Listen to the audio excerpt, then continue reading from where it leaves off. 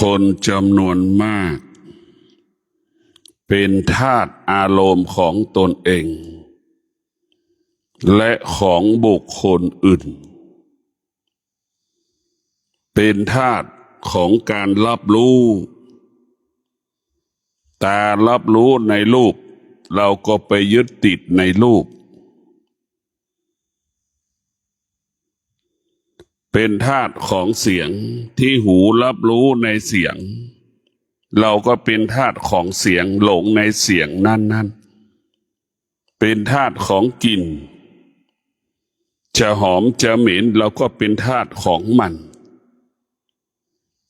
เป็นทาสของลิ้นที่ชิมรสชาติอาหารอร่อยไม่อร่อยเราก็เป็นทาสอารมณ์ของสิ่งเหล่านี้เมื่อเราเป็นทาสของอารมณ์สิ่งเหล่านี้โอกาสที่เราจะหลุดพ้นมันไม่มีเมื่อเราเป็นทาสอารมณ์ของตนเองและของบุคคลอื่นๆมันจึงทำให้เราเกิดอาการคำว่าหงุดหงิดอึดอัดโมโหจนถึงที่สุดมันจึงเกิดคำว่าเวทนาทุกขเวทนาสุขเวทนาเราเป็นทาสของความสุขเราเป็นทาสของความทุกข์ทั้งความสุขความทุกข์เนี่ยมันทำให้จิตเราไม่สงบพอสุขมันเกิดและเปลี่ยนแปลงเราก็เป็นทุกข์พอทุกข์เกิดขึ้นแล้วเราก็เป็นทุกข์เรียกว่าไม่มีอะไรให้เราเกิดคำว่าความสุขนี่มันไม่มีชีวิตของธรรมะแนวคิดของธรรมะมันไม่มีอะไรให้เราเกิดความสุขโดยเฉพาะการครองเรือนการมีชีวิตอยู่ของชาวโลกมันไม่มีส่วนไหนที่ทำให้เรามีความสุขมันไม่มีเพราะเกิดมามันก็วุ่นวายเราเกิดมามันวุ่นวายจะนอนก็เกิดคำว่าวุ่นวายคิดตกเป็นทาสของอดีตเหตุการณ์ต่างๆก็คิดอยู่ตรงนั้นแหละกว่าจะนอนหลับได้ชั่วโมง2 ชั่วโมงบางคน3 ชั่วโมงตี 1ตี 2กว่าจะหลับเพราะเราเป็นทาสของอารมณ์ของตนเองเป็นทาสของความคิดของตนเองเพราะฉะนั้นพวกเราทั้งหลายเรามีสติเรามีความอดทนเรามีวิริยะภาคเพียรควบคุมจิตไม่ให้จิตเราเป็นทาสอารมณ์ของตนเองอารมณ์ของบุคคลอื่นคำว่าสุขก็ไม่เกิดทุกข์ก็ไม่เกิดมันจะเกิดคำว่าสงบสุขมาแทนสุขแทนทุกข์คำว่าสงบสุขนี่เป็นสิ่งที่มีคุณค่าและมีความหมายต่อจิตใจของเราเพราะฉะนั้นความสงบสุขมันจะไม่เป็นทาสของสุขของทุกข์เนี่ยพวกเราทั้งหลายเพราะความสงบสุขนั่นมันอยู่เหนือสิ่งสมมติทั้งหมดเวลาเราสงบสุขเนี่ยคือเรานั่งสมาธิตัวมันจะลอยตัวมันจะหายแต่เรามีสติรู้แต่เราไม่มีตัวร่างกายเราหายไปไหนก็ไม่รู้แต่เรามีสติรู้สึกตัวรู้หมดรู้ว่าได้หูได้ยินเสียงก็รู้แต่มันก็รู้อีกว่าร่างกายมันหายไปไหนไม่รู้อาการของสมาธิที่มันเกิดความสงบมันจะเป็นแบบนี้มันจะเบาเหมือนก้อนเมฆถูกกระแสลมพัดนั่นแหละเราจำเป็นอย่างยิ่งที่จะต้องแก้ไขอารมณ์ความรู้สึกของเราโดยใช้สติมาควบคุมจิตเมื่อจิตได้รับการฝึกฝนอบรมจิตมันก็จะละสิ่งที่รู้อารมณ์ที่ปรารถนาอารมณ์ที่ไม่ปรารถนาเราจะไม่ตอบสนองมันเราจะไม่ต้อนรับมัน มันก็เกิดคำว่าสงบสุขคำว่าสงบสุขก็เป็นสิ่งสำคัญเนี่ยเป็นมูลค่าที่มีค่ามากมายมหาศาลคำว่าความสงบสุขมีค่ายิ่งกว่าอัญมณีชั้นหนึ่งของโลกมีค่ากว่าเงินจำนวนล้านนะความสงบสุขมีค่ามันเป็นของที่มีค่าที่สุดสำหรับหัวใจของผู้ปฏิบัติธรรมมันเป็นการสงบรู้ไม่ใช่สงบเหมือนคนบ้าไม่ใช่เรียกว่าสงบสุขนั้นเป็นสงบรู้คำว่าสงบรู้มันก็ประกอบไปด้วยปัญญาสติและปัญญาสติสมาธิปัญญาจึงเกิดคำว่าสงบรู้สติสมาธิปัญญาจึงเกิดคำว่าสงบรู้สิ่งใดไม่รู้เมื่อจิตเราสงบเราก็รู้เราก็เห็นสิ่งที่มันเป็นทุกข์เป็นสุขชัดเจนยิ่งขึ้นไปพวกเราพิจารณาดูตอนมันวุ่นวายเนี่ยเราจะคิดถึงสิ่งอื่นๆเช่นเราทำงานอย่างเงี้ยแต่ละวันเราคิดถึงเรื่องอื่นๆสิ่งอื่นๆพอเราเลิกงานหรือจิตเราสงบเมื่อความสงบมันปรากฏเราจะคิดถึงตัวเองแต่เราจะคิดถึงตัวเองแล้วมันก็สะดุ้งเขาว่าความแก่ที่มันเกิดขึ้นกับชีวิตของเรานี่แหละเราจะเกิดคำว่าเห็นตัวเองมันสงบเมื่อไหร่มันจะเห็นตัวเองถ้าจิตไม่สงบมันจะไม่เห็นตัวเองยิ่งจิตวุ่นวายมากเท่าไหร่จิตการวนใจมากเท่าไหร่มันก็จะเห็นสิ่งอื่นไม่เห็นชีวิตจริงของเราพวกเราทั้งหลายสงบมากเท่าไหร่เราจะเห็นความจริงของกายของจิตมากเท่านั้นสงบมากเท่าไหร่เราจะเห็นความจริงของกายของจิตเราละเอียดลึกมากเท่านั้นเราเป็นธาตุความคิดเป็นธาตุอารมณ์ของตนเองและบุคคลอื่น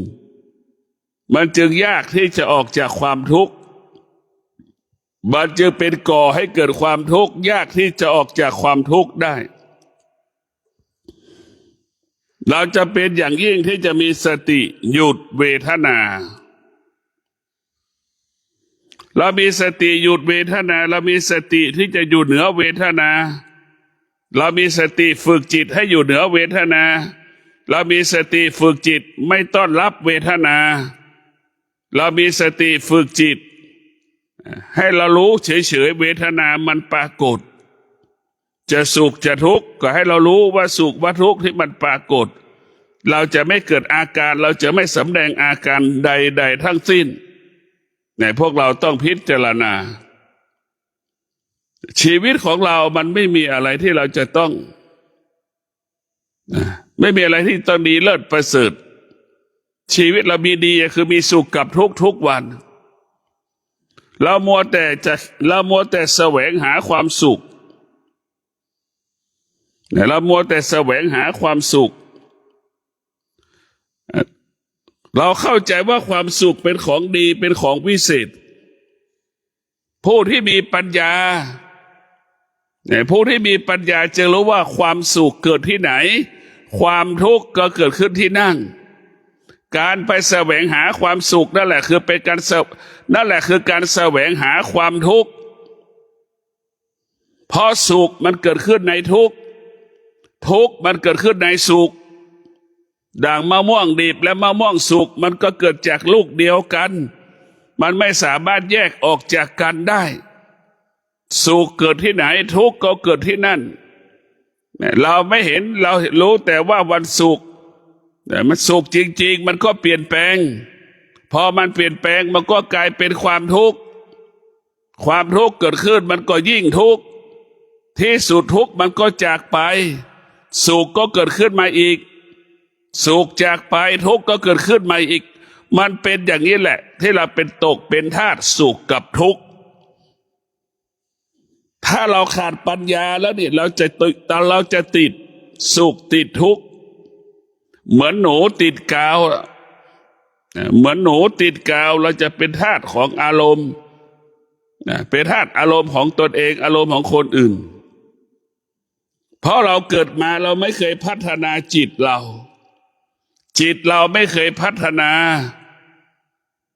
จิตเรารู้แต่เรื่องธรรมชาติ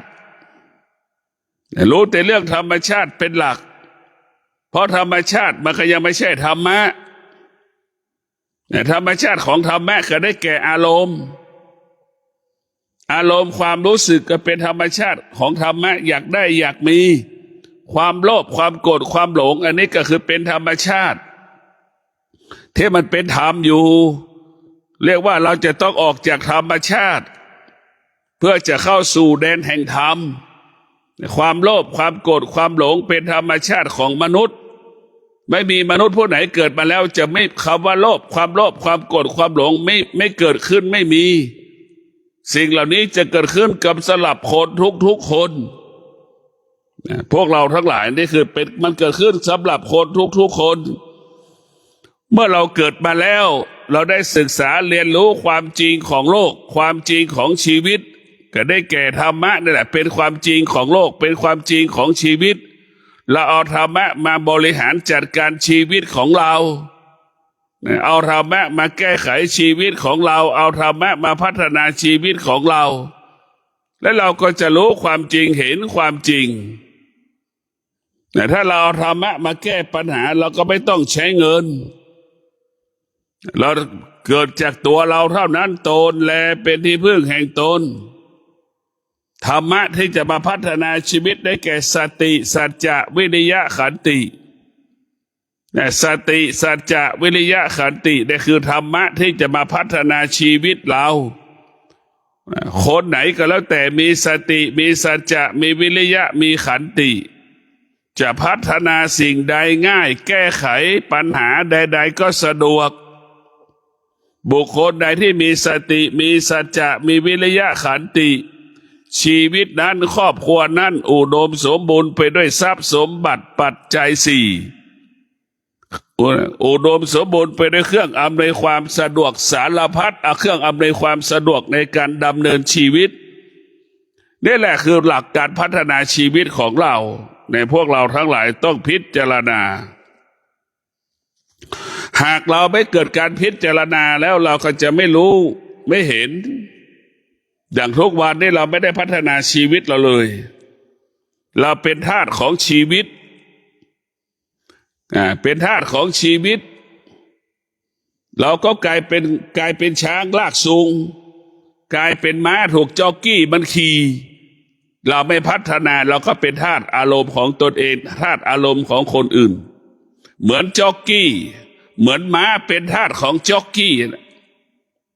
เหมือนช้างเป็นทาสของควานช้าง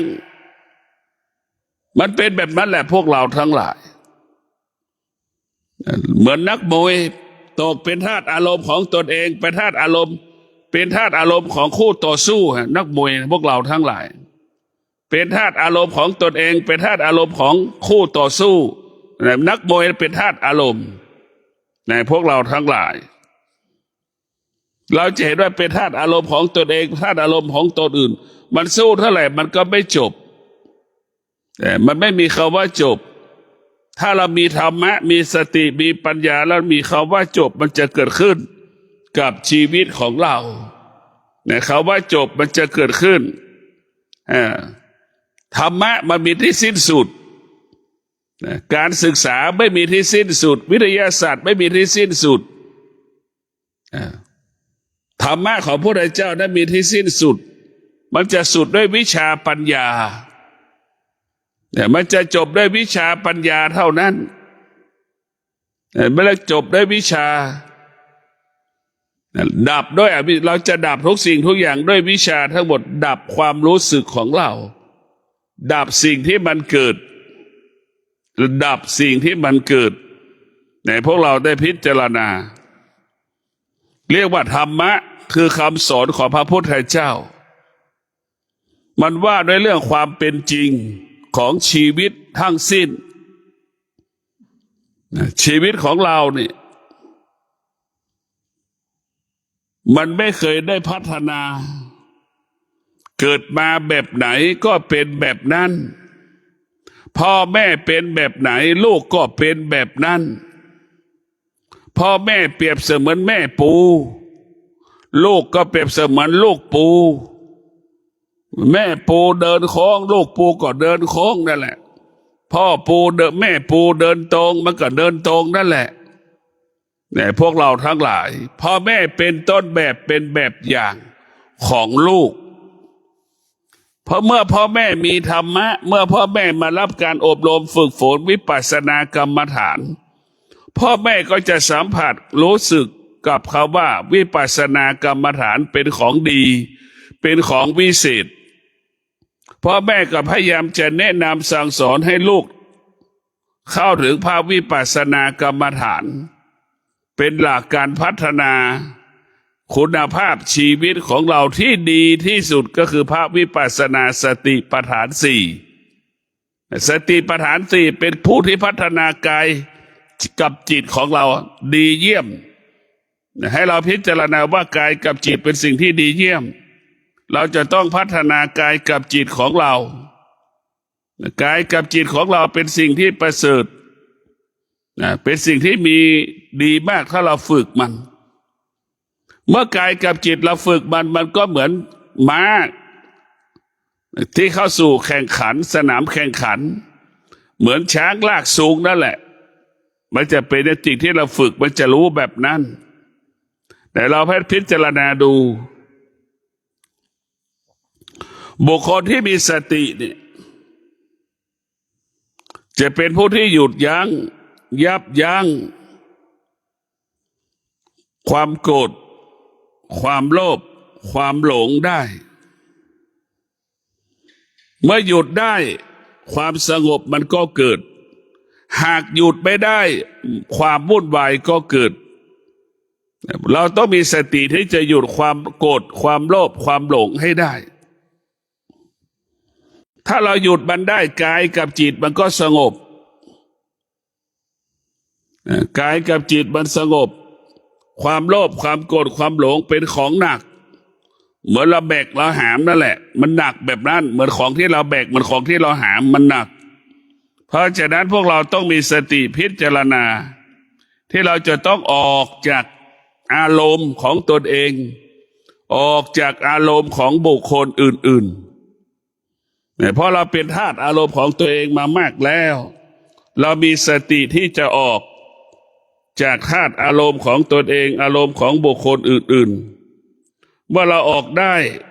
พวกเราทั้งหลายเหมือนคนติดคุกมันจะมีความสุขเหมือนคนติดคุกแล้วออกนอกคุกมันจะมีความสุขแบบนั้นเนี่ยพวกเราทั้งหลายเราจะมีความสุขแบบนั้นถ้าเราออกไม่ได้เราก็จะทุกข์เหมือนคนติดคุกนั่นแหละพวกเราออกไปได้ก็เหมือนคนติดคุกคนติดคุกมันยากลำบากขนาดไหนเราก็รู้เราก็เห็นอยู่แต่เราต้องพิจารณากายกับจิตให้มากที่สุดกายของเราจิตของเราเนี่ยเป็นสิ่งประเสริฐเราจำเป็นที่จะต้องออกจากกายออกจากจิตเมื่อเราออกจากกายจากจิตกายจิตก็เป็นอิสระสะอาดเพราะเราไม่กายแล้วมันเป็นธาตุความรู้สึกของกายจิตมันก็ไม่เป็นธาตุความรู้สึกของจิตกายก็รู้สึกจิตมันก็รู้สึกเราจะต้องดับระงับความรู้สึกเกิดขึ้นที่จิตเกิดขึ้นที่กายให้ได้เพราะเราไม่ได้ฝึกจิตเราก็เหมือนจิตเมื่อเราไม่ได้ฝึกจิตเมื่อเราไม่ได้ฝึกกายจิตเรากายเราก็เหมือนกระแสลมพัดยอดไม้เนี่ยจึงทำให้ต้นไม้เอ็นเอียงไปเอ็นเอียงมาทั้งใบทั้งกิ่งทั้งต้นเอ็นเอียงไปทั้งกายทั้งจิตเราไม่ได้พัฒนากายไม่พัฒนาก็เหมือนพายุที่มันมาแรงๆทำให้ต้นไม้แต่ละต้นไม่เอ็นเอียงไปตามกระแสลมเนี่ยพวกเราทั้งหลายเอ็นเอียงไปตามกระแสลม ให้เราได้พิจารณาว่าการที่เราจะเข้าถึงมันได้นั้นลำบากนะเราต้องมีสติมีความอดทนมีวิริยะภาคเพียรเราถึงจะเข้าถึงคำว่าหลักธรรมคำสอนพุทธเจ้าแต่วันนี้เราอ่อนแอต่ออารมณ์ของตนเองพ่ายแพ้อารมณ์ของตนเองเราต้องมีสติมีสัจจะควบคุมวันนี้เราจะไม่เกิดอาการไม่สำแดงอาการดีใจเสียใจอันนี้คือสติสัจจะควบคุมเราสติสัจจะบอกกันแล้วว่าเราจะไม่โมโหจะไม่หงุดหงิดในวันนี้เวลานี้หรือไม่เมื่อเราจะต้องมีสติอยู่กับความสงบเมื่อความสงบเกิดขึ้นบ่อยๆมันจึงทำให้เรารู้แล้วว่าสัมผัสกับความสงบนะเราจะสัมผัสกับความสงบได้เราก็อยู่กับความสงบได้อย่างงดงามถามได้ว่าวันหนึ่งในจิตเรามีความสงบไหมกายเราสงบไหมมันไม่มีวันหนึ่งมีแต่วุ่นวายวันมีแต่ทุกข์ใจ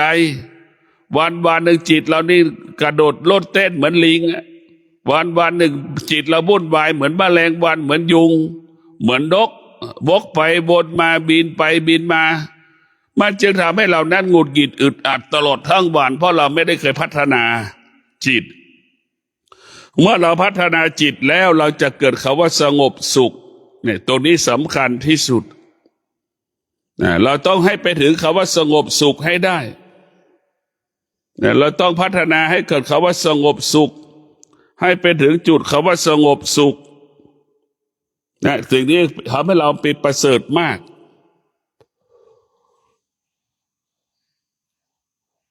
ชีวิตของคนเนี่ย2 คนเนี่ยมันก็เป็นธาตุหนักเลยเราอยู่คนเดียวก็เป็นธาตุของตนเองเราอยู่ด้วยกัน2 คนก็เป็นธาตุอารมณ์ซึ่งกันและกันของคน2 คนเนี่ยดังสามีภรรยาตื่นสายคนใดคนหนึ่งตื่นสายเนี่ยก็จะเกิดอาการละคนที่ตื่นเช้าก็จะออกอาการกับคนที่ตื่นสายดังสามีได้ภรรยาตื่นสายเนี่ยสามีก็จะเกิดอาการหงุดหงิดให้กับภรรยาตนเองว่าตื่นสายไม่ยอมหุงข้าวเนี่ยสามีตื่นเช้ากลายเป็นสามีกลายเป็นคนใช้ภรรยาสามีกลายเป็นลูกจ้างภรรยาลูกในภรรยากลายเป็นนายจ้างของสามีโดยอัตโนมัติเพราะตื่นสายเนี่ยไม่ต้องหุงข้าวก็เพราะสามีก็เป็นคนหุงข้าวไม่ต้องกวาดต้องเช็ดต้องถูสามีกลายเป็นคนเช็ดกวาดถูมันนี่แหละมันก็กลายเป็นลูกจ้างโดยอัตโนมัติกลายเป็นนายจ้างโดยอัตโนมัติแต่พวกเราต้องพิจารณาถ้าเราขาดสติสัมปชัญญะเราจะไม่รู้สึกตัวถ้าเรามีสติสัมปชัญญะเราจะรู้สึกตัวเราจะไม่เป็นทาสอารมณ์ของตัวเองไม่เป็นทาสอารมณ์ของคนอื่นถ้าเรามีสติสัมปชัญญะที่สมบูรณ์แล้วเราก็จะหลุดพ้นจากคำว่าความทุกข์ความสุขเราจะหลุดพ้นจากความสุขความทุกข์สุขทุกข์จะไม่เกิดถึงแม้มันจะเกิดมันก็ลำบากยากเพราะมันถูกอะไรถูกวิชาปัญญาครอบคุมมันไม่หมดเพราะฉะนั้นพวกเราต้องมีสติมีปัญญาพิจารณาอย่างละเอียดทุกวันเช่นเช้านี้เราตื่นมาเราต้องมีสติในการตื่นวันนี้เราจะไปทำงานจะเจอปัญหาสารพัดปัญหาเรามีสติมีสัจจะเราจะสงบนิ่งดีใจก็ไม่ให้เกิดเสียใจก็ไม่ให้เกิดเมื่อเราเจอเหตุการณ์ต่าง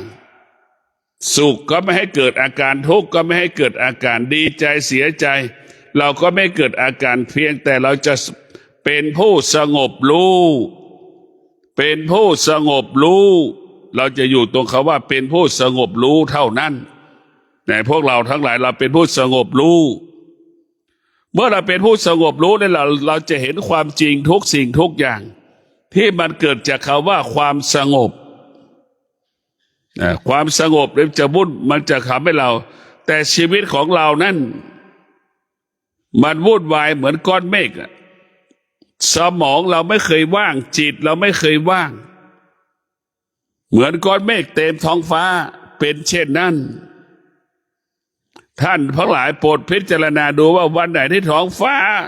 มันปราศจากก้อนเมฆมันมีไหมมันแทบไม่มีวันไหนที่ท้องฟ้าปราศจากก้อนเมฆแทบไม่มีเพราะฉะนั้นเช่นเดียวกับสมองเราจิตเราเนี่ยเต็มไปด้วยความสุขความทุกข์ทุกวันมันเต็มไปด้วยความสุขความทุกข์เหมือนท้องฟ้าเต็มไปด้วยเมฆนั่นแหละสมองเราจิตเราก็เต็มไปด้วยความสุขความทุกข์มันไม่มีที่สิ้นสุดโดยเฉพาะการเกิดของมนุษย์เป็นเหตุให้เกิดความทุกข์ทั้งสิ้นไม่เกิดไม่ทุกข์ถ้าเกิดมาเมื่อไหร่มันก็ทุกข์มาเมื่อนั้นเมื่อเรารู้แล้วว่าการเกิดเป็นเหตุให้เกิดความทุกข์เราก็มีสติฝึกฝนจิตเพื่อจะไม่ให้มันกลับชาติมาเกิดเพื่อไม่ต้องให้มันเกิดเมื่อเราไม่เกิดมันก็มีทุกข์ทุกวันเนี่ยมันทุกทุกวันทุกวินาทีมันทุกตลอดแต่เราต้องพิจารณาสภาพชีวิตสภาพความเป็นอยู่ของคนแต่ละคนแล้วก็แตกต่างกันแต่ความรู้สึกเสมอเหมือนกันเรียกว่าปริบทสิ่งแวดล้อมแตกต่างแต่จิตมันเหมือนกันสุขกับทุกข์เหมือนกันสุขทุกข์เหมือนกันมันไม่มีอะไรแตกต่างกันแต่พวกเราให้เราเข้าใจสุขทุกข์เสมอเหมือนกันหมดวันไหนไม่สุขไม่มีวันไหนไม่ทุกข์ไม่มีเห็นไหมเราจะรู้อย่างนี้แหละทุกวันมันเป็นเช่นนี้แต่ถ้าวันไหนเรามีสติมีสัจจะเนี่ยเราก็จะกำหนดสุขเกิดเราไม่ต้อนรับทุกข์เกิดเราไม่ต้อนรับเนี่ยเราจะมีสติอย่างนี้เมื่อเราไม่ต้อนรับมันสุขก็ไม่เกิดทุกข์ก็ไม่เกิดสุขไม่มีทุกข์ไม่มีถ้าเราไปต้อนรับไปแสดงอาการเมื่อไหร่มันจะสุขมันจะทุกข์ทันทีแต่ให้พวกเราได้เข้าใจว่าสุขทุกข์เกิดขึ้นทันทีเราต้องกลับพิจารณาชีวิตของเราเราจะเปลี่ยนแปลงชีวิตก่อนเราต้องใช้สตินี่แหละเปลี่ยนแปลงชีวิตเราจะพัฒนาชีวิตเราก็ต้องใช้สติพัฒนาชีวิตเราจะแก้ปัญหาที่เกิดขึ้นกับชีวิตเราก็ต้องใช้สติทั้งสิ้นสติเป็นศูนย์รวมจักรวาลสตินั้นเป็นศูนย์รวมจักรวาลเป็นผู้ควบคุมสติก็เปรียบเสมือนเรดาร์ควบคุมเครื่องบินเนี่ยแต่พวกเราทั้งหลายสติเป็นผู้ควบคุมชีวิตของเราให้มันดียิ่งขึ้นไปให้มันดียิ่งขึ้นไปสติเท่านั้นที่จะทำให้เรานั้นอยู่เหนืออารมณ์ความรู้สึกมันจะเกิดคำว่าจิตรู้สิ่งใดก็ละสิ่งนั้นแต่ตรงนี้สำคัญที่สุดส่วนมากมันไม่รู้เมื่อมันไม่รู้มันก็เข้าไปยึดติดมือก็ถือของเห็นไหมมือก็ถือของเป้สะไปหลังก็ถืออีกของใส่เป้เต็มอีกข้าวของวัตถุสิ่งของนึกดูกันแล้วกันกระเป๋าก็ลากอีกเป้บนในหลังก็มีอีกมันเต็มนี่แหละคือเราเข้าไปยึดถือยึดมั่นมันก็เป็นทุกข์อีกมันเต็มไปด้วยความทุกข์ทั้งสิ้นในชีวิตเราเนี่ยมันไม่มีสิ่งไหนที่มันดีมันไม่มีเลยมีแต่คำว่าไม่ดีทั้งนั้นเมื่อเราเห็นความไม่ดีแล้วก็จะละความไม่ดีสิ่งเหล่านั้นออกไปจากชีวิตเราก็กลับมาสนใจสิ่งที่ดีสิ่งที่งดงามให้กับกายกับจิตกายกับจิตได้รับความสงบนั่นแหละคือความงดงามของกายของจิตแล้วเมื่อเราได้ภาวนาก็ดีปฏิรูปตัวเองพัฒนาตัวเองไปถึงความสงบสุขได้เนี่ยเป็นสิ่งที่มีค่าที่สุดล่ะทุกคนก็จะทิ้งหมด รู้ว่าความสงบสุขมันเป็นสิ่งที่ยิ่งใหญ่เป็นมูลค่าไม่ได้หาราคาไม่หาซื้อไม่ได้นะวัตถุสิ่งของต่างๆเราหาซื้อได้สงบสุขแล้วหาซื้อไม่ได้เงินทองเราหาได้แต่หาความสงบสุขหาได้ยากเพราะมนุษย์ขาดความอดทนมนุษย์ขาดความภาคเพียรความสงบความสงบสุขจะไม่เกิดมนุษย์ที่ยังอยู่ภายใต้อารมณ์ความรู้สึกของตนเองแล้วเนี่ยมันจะเกิดแต่คำว่าสุขกับทุกข์วุ่นวายตลอดให้เราพิจารณารู้เฉยๆให้เรารู้เฉยๆทุกอย่างให้รู้เฉยๆหูได้ยินเสียงก็ให้รู้เฉยๆเราไม่ต้องไปเข้าไปยึดติดในสิ่งที่เราได้ยินตาก็ให้มันรู้เฉยๆเราจะไม่ยึดติดในสิ่งที่ตามันสัมผัสกับรูปเดี๋ยวเราจะไม่เข้าไปยึดติดมันให้เราจะพิจารณาแบบนี้อย่างนี้แต่เราต้องพิจารณาให้ได้ความสงบสุขเนี่ยจะทำให้เราพัฒนาชีวิตมีทรัพย์มีสมบัติได้เพราะเรามีความสงบสุขเกิดขึ้นในกายในจิตของเราเมื่อกายกับจิตเกิดความสงบมันจะก่อให้เกิดคำว่าพลังภาระทำให้เกิดภาระคือพลังทำให้เกิดกำลังขึ้นเหมือนดั่งบรรพชนของเราสร้างถนนขึ้นโดยสุเทพนั่นแหละมันจะเป็นลักษณะของกำลังนะพวกเราก็นึกดูที่คนยากจนทางนั้นไปสร้างถนนขึ้นโดยสุเทพเราจะเห็นได้ว่าคนยากจนก็เพิ่งพาธรรมะเห็นธรรมะเป็นหลักจึงพากันสร้างถนนขึ้นโดยสุเทพนี่แหละพวกเราต้องพิจารณาความจริงก็คือธรรมะนี่แหละเป็นผู้ตอบโจทย์ชีวิตเราได้ธรรมะนี่แหละจะทำให้ชีวิตเรานั้นไปสู่ความดีงามไปสู่ความงอกงามให้กับชีวิตของเราบุคคลที่มีธรรมะส่วนมากก็เป็นผู้ที่ปกติคือสำรวมกายวาจาใจของเราตลอดเวลาเรามีธรรมะเนี่ยเราจะสำรวมกายวาจาใจของเราตลอดเวลาคนที่มีธรรมะก็หยุดได้หยุดความโลภหยุดความโกรธหยุดความหลงได้เราหยุดได้ตลอดเวลาในพวกเราหยุดของเราก็คือเราไม่ตอบสนองคือเราหยุดมันไม่ตามรู้นะคือเราหยุดนะไม่ตามรู้นะคือหยุดไม่ตอบสนองนะคือเราหยุดละรู้แล้วละคือเราหยุดมันได้เพราะตรงนี้เรียกว่าเราจะไม่มีเหตุและผลใดๆทั้งสิ้นกับสิ่งที่เราสัมผัสกับสิ่งที่เรารู้สึกกับสิ่งที่เรากระทบเราเข้าใจว่ามันเป็นปกติของมันแต่ให้เราเข้าใจว่าเป็นปกติของมันว่ามันเป็นเช่นนี้มันเป็นแบบนี้อย่างนี้เท่านั้นนะพวกเราทั้งหลายเราจะต้องมีสติในการดำเนินชีวิตของเราสตินั้นสำคัญสติมันสำคัญยิ่งกว่าสิ่งอื่นๆเมื่อเรามีสติคิดสิ่งใดก็ง่ายทำอะไรก็สะดวกให้เราพิจารณา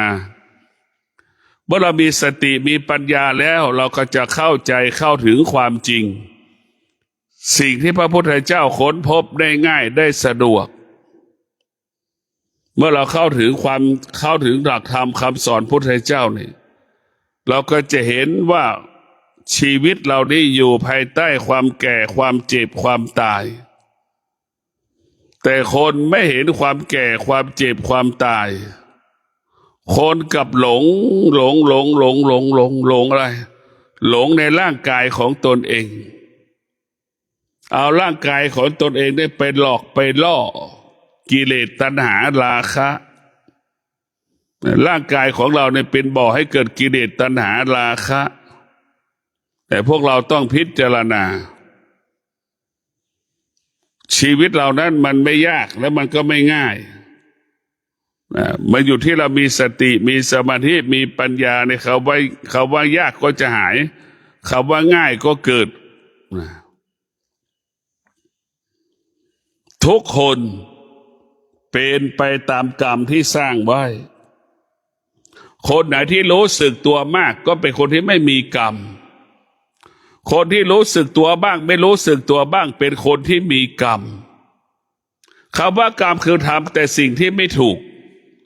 กับทำสิ่งที่ถูกต้องพวกเราคนที่มีกรรมคนที่มีสติสัมปชัญญะคิดพูดและกระทำก็ชอบด้วยศีลสมาธิปัญญาคนที่ไม่รู้สึกตัวจะทำจะคิดจะพูดจะกระทำก็ล่วงละเมิดศีลขาดสมาธิขาดปัญญามันจะเกิดคำว่ากรรมขึ้นกรรมไม่ดี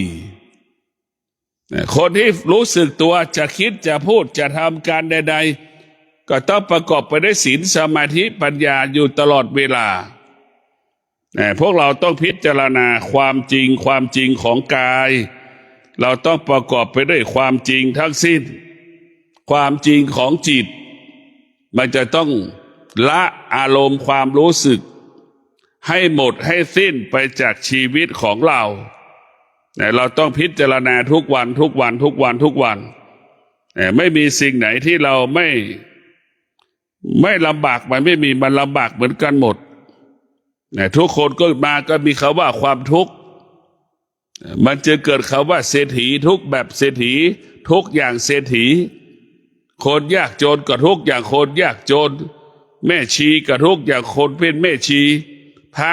สงฆ์สามเณรก็ทุกอย่างพระสงฆ์สามเณรมันมีความทุกข์เหมือนกันหมดอะไรที่เป็นมนุษย์ไม่ทุกข์ไม่มีแต่มันเป็นทุกข์ทั้งสิ้นมันอยู่คนไหนที่มีสติมากก็จะมีทุกข์น้อยลงคนไหนขาดสติคนนั้นก็จะเกิดความทุกข์มากอยู่ตรงนี้คนไหนที่ฝึกฝนก็จะไม่เป็นทาสอารมณ์ของตนเองไม่เป็นทาสอารมณ์ของบุคคลอื่นๆถ้าเราฝึกฝนแล้วเราก็จะอยู่เหนืออารมณ์ของตนเองอยู่เหนืออารมณ์ของบุคคลอื่นเมื่อเราฝึกฝนจิตแล้วเราจะอยู่เหนืออารมณ์อยู่เหนือความรู้สึกสารพัดความรู้สึกที่มันอาศัยตาหูจมูกลิ้นกายใจตลอดเวลาแต่ถ้าเรามีสติ